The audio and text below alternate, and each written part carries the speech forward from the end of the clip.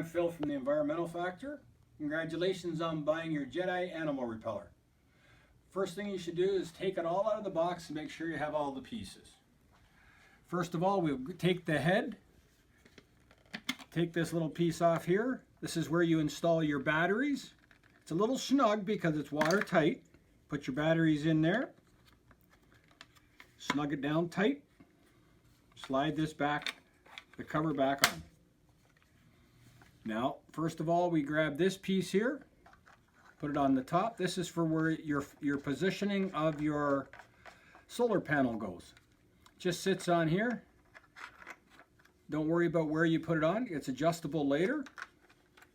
Then you put the head on and you just screw it in, nice and easy. Little snugness with your fingers. If you wish to use a wrench, feel free. In the back, you'll see you just plug in the solar panel. On the bottom, they put a reducer on for the peg. Put your peg in.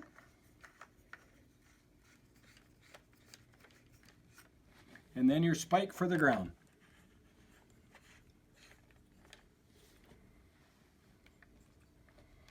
Now there's your complete JetEye there. As I say, you can just adjust this like this.